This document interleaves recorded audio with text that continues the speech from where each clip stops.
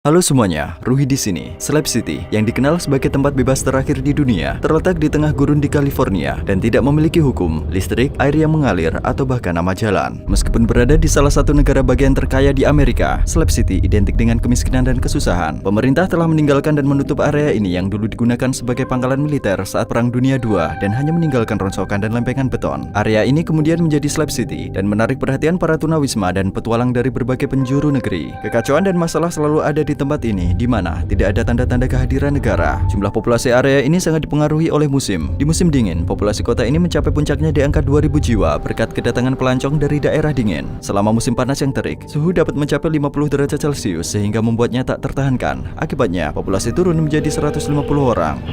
Halo? Where are you? I don't see you. Kata melihat saya? Coba saya putar balik, apakah saya bisa melihat Anda? Ya, saya bisa melihat Anda di ujung jalan.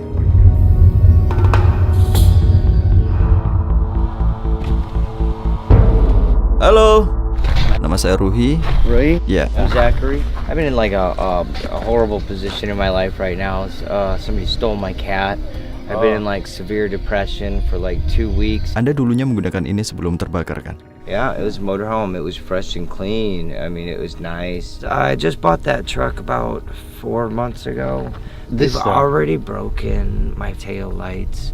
They've already flattened some tires. Oh ya? Yeah, and burnt 2 of my seats with a goddamn lighter for some reason. These people are sick in the head.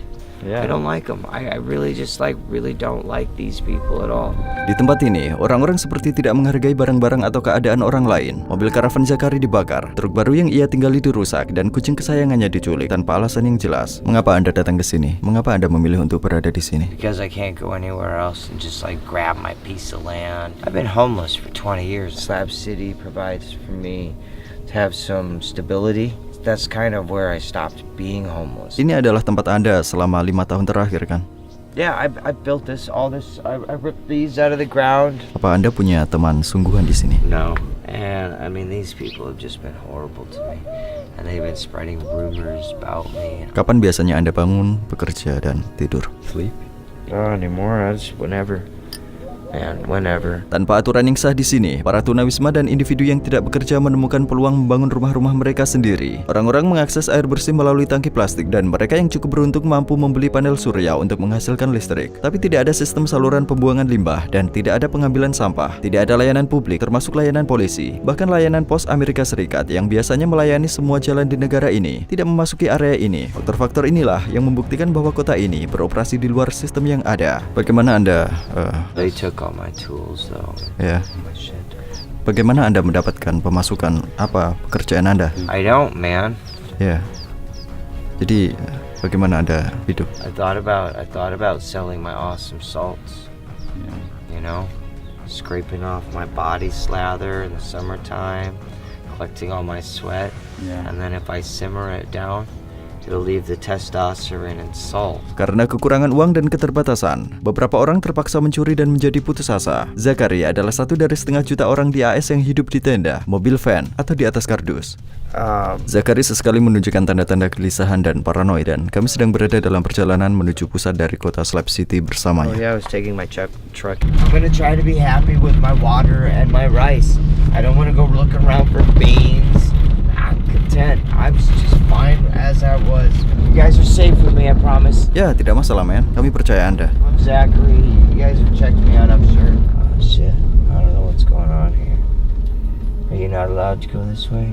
Tulisannya tidak apa-apa. He says I can go. Ya, I don't know, man. You're safe with me as far as I know. ya. Like some shit. I don't have a gun on me. David adalah salah satu dari sedikit penduduk yang bertekad untuk menjalani hidup yang lebih baik di sini, terlepas dari bahaya lingkungan ini. Dia telah bertahan di gurun selama 6 tahun. Dia memiliki panel surya, karavan, halaman belakang, area tempat bersantai, dan perapian. Namun sama seperti penduduk kota lainnya, David bukanlah pemilik sah. Dia tidak memiliki sertifikat tanah dan tidak membayar pajak untuk tinggal di lokasi ini. The Slabs is a evolving place, and when I came out here in the 90s, it was like the old-time hippies, you know, the peace, love, the flower children, you know. That's what everybody is so kind to each other. One big thing that's really destroyed the slabs is drugs. And they call them tweakers because they do enough of it and they start going like this, you know. And another thing that they do is they become schizophrenic. You see people walking around here talking to themselves, and they don't seem to get along with their imaginary friend because they're yelling at them and screaming at them. Oh, and there's my rooster. Oh ya, Anda tinggal di sini bersama istri? No, I'm all by myself. Wow, ada banyak pekerjaan. Yeah, his place but it's under construction yet. Because right in the corner here, there's going to be a outdoor fireplace. Orang-orang yang dinamakan tweaker tadi, yang melakukan tindakan meresahkan seperti membuat suara-suara yang mengganggu, mencuri dan melakukan tindakan kekerasan adalah alasan utama mengapa di sini berbahaya. Perilaku ini memperburuk keadaan masyarakat distopia. Tanah di sini bisa dibilang gratis, tidaknya gratis untuk digunakan kan? Yeah, because we're squatters. Ya, sehingga hal itu menarik banyak orang ke sini. And been in Los Angeles? Iya. You've seen all the people living on the street? Iya. And so I'm thinking, well, why are those people living in Los Angeles like that when they could, live out here in Los Angeles? If you're living on the street, tourists are walking by and they're looking down at those people. Yeah. Pernahkah Anda merasa seperti itu, Nawisma? That's a curious question, though. But I wonder, do you feel yourself as being homeless? Oh, no. I don't either. We're brought up to be very materialistic in this country. We always want a bigger car, or a better car, or a bigger or better house. And I just come to the point where that stuff doesn't matter because you don't own anything. You only rent it until you're dead. Apa yang tidak Anda sukai dari Slab City?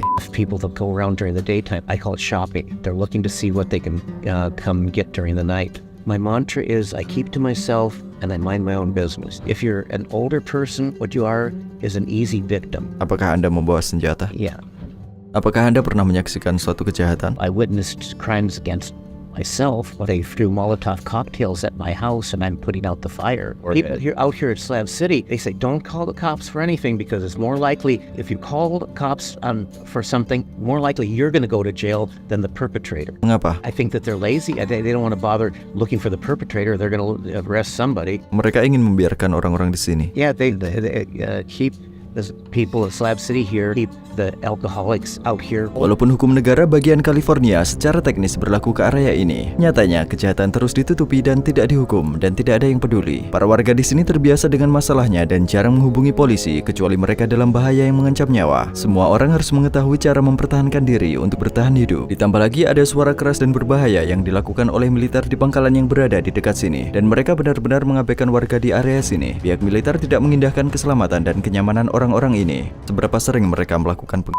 Oh, it was just yesterday the dogs got scared, so you'll hear it today, I'm sure. Sometimes it is so bad, everything just shakes it. Orang-orang tidak mengharapkan apapun dari negara dan mereka puas dengan keadaan tempat tinggal mereka. Mereka tidak menginginkan air dan listrik untuk menjaga status quo. If they bring electricity out here and then a flood of people come out here because it's easy to live out here, that would just destroy the slabs. Orang-orang menyeramkan yang berkeliaran di sini setiap saat bisa menimbulkan bahaya. David mengatakan dia mencoba memarkirkan mobilnya dekat ke dinding dalam posisi paralel, mencegah pencurian bahan bakar dari kendaraannya. Kami datang ke Salvation Mountain di pintu masuk Slab City. Gunung ini dibangun oleh Leonard Knight, seorang gelandangan pemikir yang menghabiskan 30 tahun untuk pembangunannya. Tujuannya hanyalah untuk menyebarkan pesan God is Love. Dia membangun gunung memukau ini menggunakan ribuan kaleng cat dan jerami yang didapat dari donasi. Pada 2002, Amerika Serikat mengakui karya seni ini sebagai kekayaan nasional. Kini Salvation Mountain merupakan tujuan wisata populer. Ayo kita pergi ke warnet. Sekarang kami berada di warnet Slab City. Dulunya ini dimiliki oleh orang lain, tetapi sekarang dikelola oleh Charlie. Orang-orang bisa menikmati kopi gratis, mengisi daya handphone mereka, dan terhubung ke internet di sini. Charlie juga menghasilkan uang tambahan dengan memperbaiki sepeda. I'm here hiding from the police. No, I'm just kidding. It was against the law to be homeless in Phoenix. They arrested me for it, and then I've heard of this place. I've been here ever since. Siapa yang mengurus warnet ini? But I take care of the people. Anda mengumpulkan energi dari panel surya dan memberikan layanan pada orang-orang yang tinggal di sini. Well, yeah, I've got solar panels up there. Here, personally, I hate it here. I don't want to be here.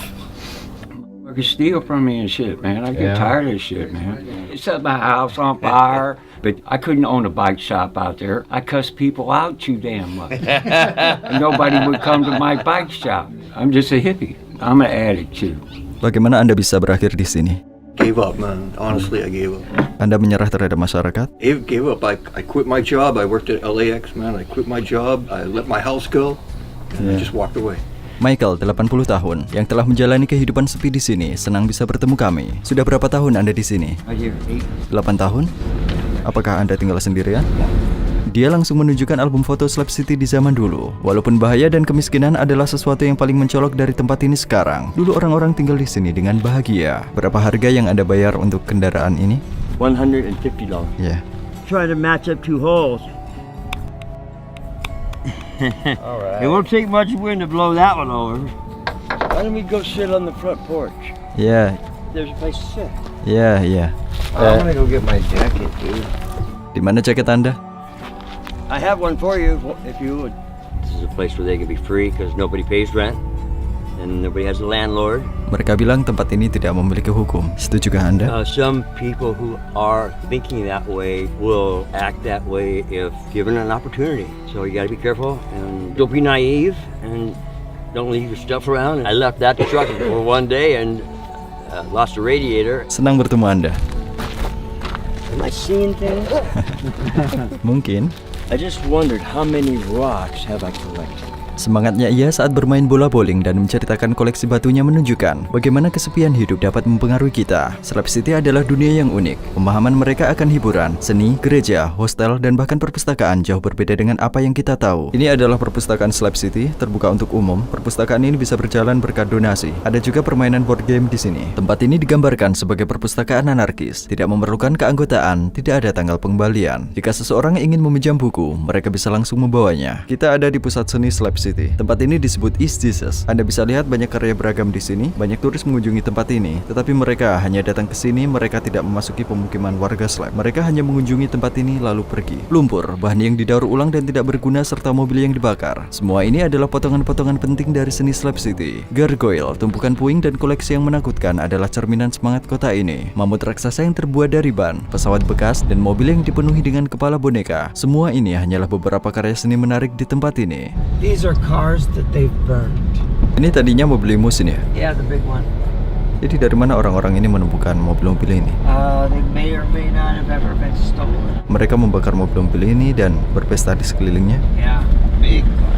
Yeah, to drive over with their motorcycle and their flamethrowers. I wanted to show you where they go to a party. Ini adalah Ren, seorang-orang bertemu di sini dan berpesta setiap malam Sabtu. Kita akan menghadiri pesta ini.